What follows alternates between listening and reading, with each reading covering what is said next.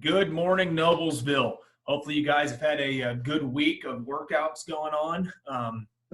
Ultimately, today's pretty simple, just some 20 minutes of that moderate cardio, and that's all you really have. So I know I've been doing these workouts as well, and even just a little bit of stuff we started with to kind of ramp us up closer to us getting towards to our full dryland programs. I know I was actually pretty sore this week, and overall I was feeling the workouts a little bit more than I was last week. So hopefully you guys keep that strong and we keep chugging away. So today our video is another goal setting installment, and I was thinking about where I wanted to go with these based off the last few videos, and I really thought that the best route to take today would be to talk more about that process before outcome philosophy.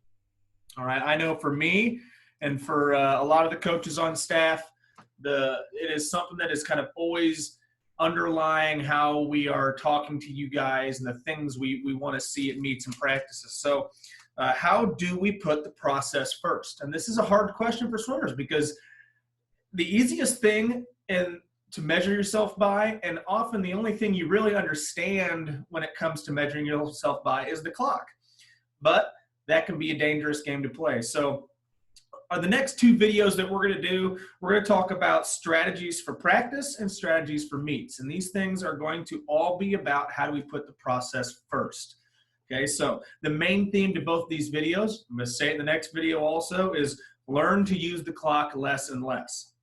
Or maybe another way to say it is figure out the proper ways to use the clock during practice and the proper ways to use the clock during meets. Okay, because remember, you can't change the clock. A second is always going to be a second. No matter what you do, no matter how hard you try, the clock is always going to move at the same speed. So you've got to think about the actions that you can take and you can control that result in different speeds, which then show up on the clock. All right. So often we get too wound up on going as hard as we can to see a certain number, but we're not thinking about the little details that it's going to take to make that happen. So today, talk about the process at practice, all right? So let's just talk about the clock first, okay? Because it's there. It's always going to be there, okay? So let's get the clock out of the way, and then we can talk about some of their details, right? So obviously, at practices, you have pace work and pace sets. And that's a time where we as coaches want you to be knowing the speed and the number you need to hit. So if I know if you want to go under a minute in the 100 freestyle and we're doing a pace set, I know I'm going to want to see 29s or I'm going to want to see 28s, right? What speed do you need to be swimming at? That's going to be a time where it's going to be on you as an athlete to take the ownership and hit that certain time. That is one of those moments where we do use the clock. Another way is percent of effort. Percent of effort, I use it a lot. I know some other coaches are using it also. That one's a little different because it's not an exact time. It's not an exact pace, but we have the percent of effort charts on the wall at the pool, and we'll often say, hey, I want you to swim 90% of your goal time here, or 90% of your best time. And those are areas where you're going to be using the clock and you're going to be looking for certain results in practice. All right, descending sets. And there's two ways that we kind of see descending as coaches. One of them is the more exact way, which is a swimmer can descend maybe 4 100s and tell you, I went a 108, 106, 104, 101. And they know exactly how fast they went. That's a way to use the clock in that way.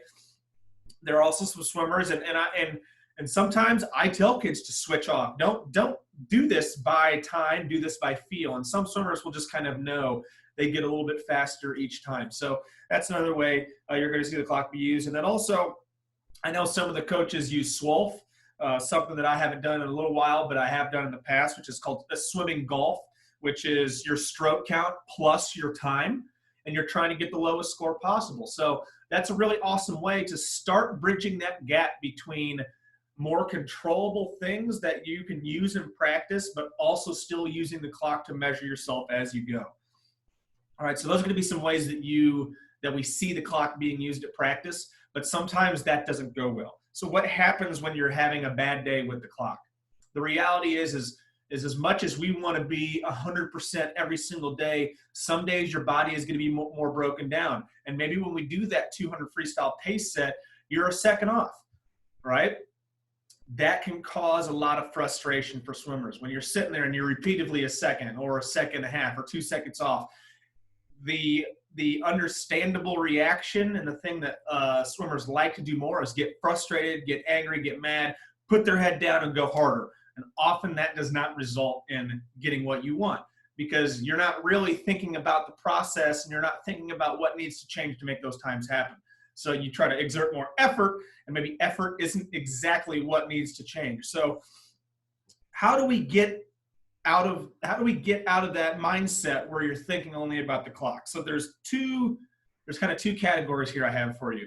The first one is the less measurable. So what do I mean by that? Measurable is like a statistic, a number.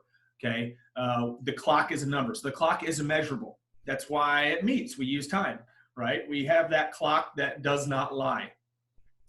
But in practice, you have some of the less measurables there. So this category is kind of what I call like the technique and the feel category. All right. So maybe instead of focusing on how fast you're swimming, you think about that technique. You do drill sets all the time in practice to be focusing on building a different stroke. And maybe in other areas of the practice, instead of focusing on how fast you're swimming in terms of what the clock says, you start thinking about, is my technique holding together the way I want to? Because at the end of the day, that is the most important piece of the puzzle. Technique builds fast swimming, right?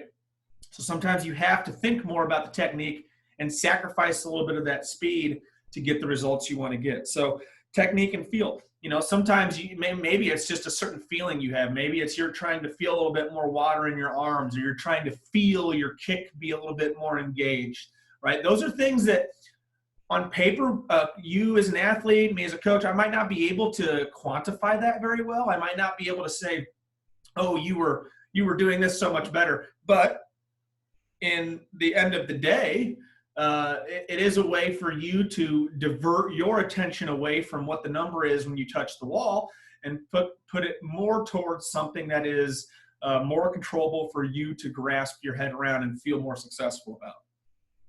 So then we move into the more measurable things. So this is where numbers can start to play an effect, but it's all about using the right numbers. So stroke counts, right? We do a lot of things with stroke count. Senior group, you see that word, training stroke count, TSC. We see that all the time.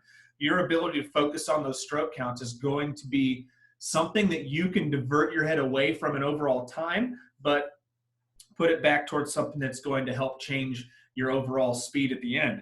Tempo, right? We use a lot of tempo. We have tempo trainers. I get tempo at meets. I get tempo at practices. Tempo is a way for us to use a statistic and a number that has an effect on your time, but is not necessarily your time overall, right? Kick counts, underwater kick counts. When you come off the wall, are you holding a 2-count glide? And then how many dolphin kicks are you taking underwater before you come up and swim, right? Sometimes if you're having a rough set, you just saying, okay, for the rest of this set, I'm going to get 5 dolphin kicks off every single wall and a no-breath breakout. You can take a set that's not going very well, or in your head you're saying this isn't working very well. You could take a set and focus on those aspects and walk away from that set feeling really accomplished and really benefit from some different type of focus because you chose to think about something else other than the speed that you were going. Okay, breathing patterns. I know this is one that we hit a ton of, right? I hear it from all the groups in our pool as a breathing pattern. Are you doing a breathing pattern? And I can't tell you how many times I've seen coaches put a breathing pattern up on the board and say, hey, I want you breathing every 3. Or, we do a set with the hundreds. We go 3, 5, 7, 9 by 25. And then at 50 into it, you're watching a kid breathe every single stroke, right? So think about these breathing patterns and think about how they're going to affect what you're doing, because there's a purpose for us doing those. Maybe we're trying to balance your stroke out. Maybe we're trying to develop better body line in the water. So we want your head to be down more. So these are more measurable things. And here's the reality. These less measurable and more measurable. So the technique and the feeling and the stroke counts and the tempo and the kick counts and the breathing patterns, that's what the elite athletes are thinking about.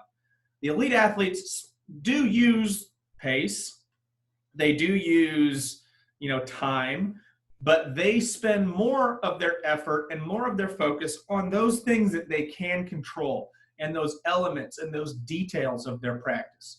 Okay, because at that level, and this is what's really important for you guys to understand. The idea that you're going, and this might, a lot of you might not like hearing this, but the idea that you're going to outwork everyone is just not going to happen, right? Does that mean you shouldn't work hard? Of course not. You have to put the work in. It takes a great deal of hard work.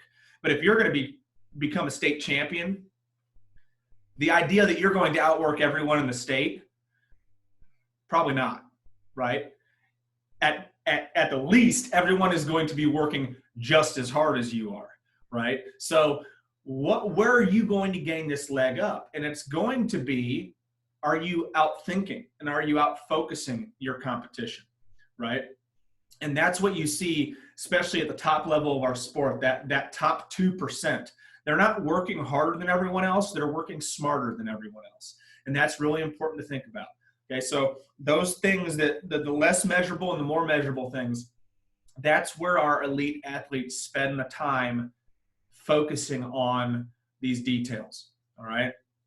At some of the past teams that I've coached at, and I've had the ability to be around our Olympic athletes and some of the world record holders, it was really eye-opening to see that they would spend 45 minutes just pushing off the wall and holding a streamline, and then getting on the underwater camera and watching it and making little tiny changes to decide what body position works best for them off the wall. Now, obviously, a lot of them were professional athletes, so that is their job. They have the 45 minutes to spend doing that. And for you that go to school and aren't getting paid to be a swimmer and aren't a professional athlete, you have to prioritize what you do in the pool.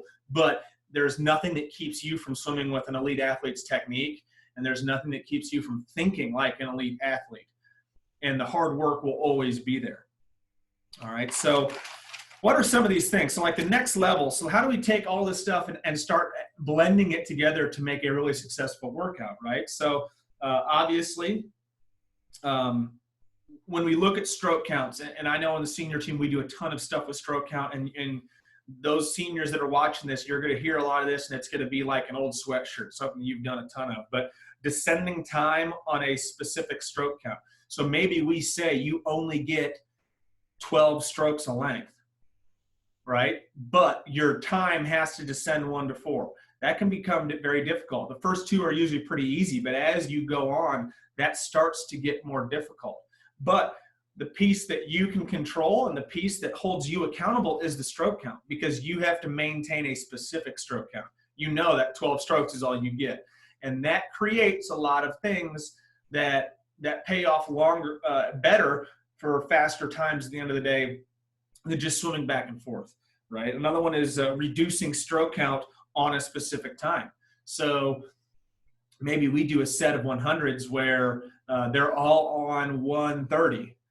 But on the first 100, you have to take 12 strokes a length. On the second one, you have to take 11, and the next one 10, and the next one 9. So the time is going to hold the same, but then you have to take less strokes as you go. Those 2 pieces of the puzzle are really important because it develops a really good feel for the water. It develops stroke length. It develops ease behind your swimming. All right. It develops a lot of strength, because if we give you a 200 and you have to hold your stroke count for the entire 200, at the end of that 200, it might become difficult. The 12 strokes that you're taking might not get you as far down the pool as it did in the beginning of that swim. So what are you going to change as you go? And are you going to develop the capacity to maintain that 12 strokes? And when it gets tough, if you keep maintaining that, that's where you're going to see the biggest set of results. There are some seniors that we have on our team right now that have spent a lot of time focusing on that aspect. And especially this last year, it exploded. You saw a lot of power in their swimming now. And it doesn't happen overnight. It takes some time. But using the stroke counts with the time and blending those 2 things together is going to give you some really awesome benefits towards your technique, your strength, your endurance, your capacity to maintain strokes, your ability to swim at different speeds. All of those things play off in the long run.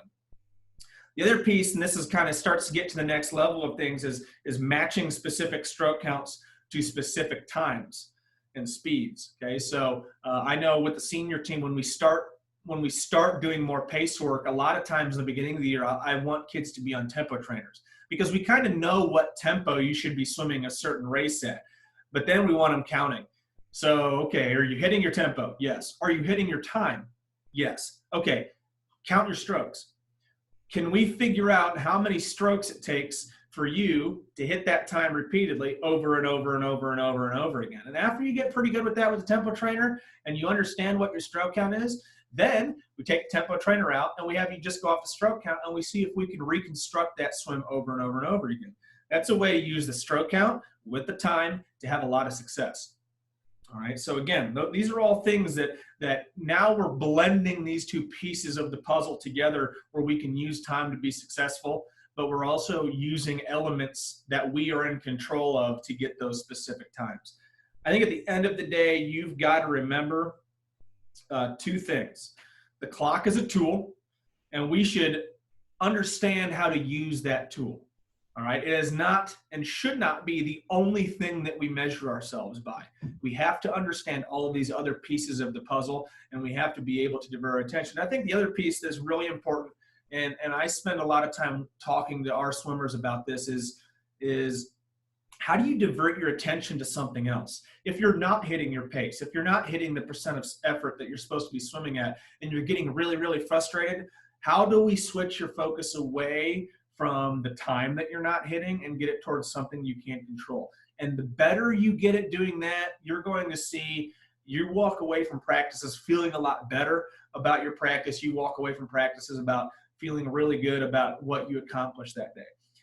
All of this goes into goal setting because these are the steps you have to take daily to understand how to get to those targets and how to get to those destinations. You've set your destination, you've put these targets along the way, but then every single day is another opportunity for you to apply the skills, to work the techniques, to work the things that you need to do to get to your target and ultimately get to your destination, right?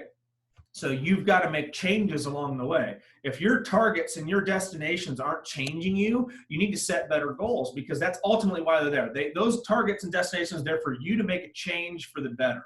And for you to make a change, you have to change the actions and the behaviors that you use. And you've got to find ways in practice to get your mind towards progress. So all of these things help feed you towards those targets and destinations. All right. So the next video, the one we'll share next week, is more going to be geared towards meets. And how do we get your mind towards the process? And how do we get your mind off of the clock at meets? And I'm going to talk a little bit about the times expectations. Let's put it that way. Okay. What should you expect from a time at a certain meet at a certain year? Obviously, it's really easy to say. The championship meet, we want best times. That's really easy to say. But what is the time expectation in a meet in October? That's very different from the time expectation from a meet in March. So next video, we're going to talk about those things. I hope you guys get a good workout. Like, again, it's about 20 minutes of moderate cardio in today. I'm not going to have anything for you this weekend. I think you guys still need to take some time off and enjoy some time away from the sport. So that's always an important piece of the puzzle for balance. Balance is a huge thing in our sport, so make sure you're balancing your time out. Have some fun with your family. Take a couple days where you can just kind of let your body recover and let your mind recover. Make sure you guys are doing all the things you need to do to stay healthy. Make sure you're sleeping. Make sure you're eating some good food, drinking lots of water. And I'm looking forward to starting these back up next week. Next Monday, we got another athlete interview. Like I said, I'm really excited for that one. I think you guys will find that one really enjoyable. I've filmed a bunch of these athlete interviews so far, and I'm really excited because every athlete has kind of a very similar perspective on the sport, but from very different aspects of life.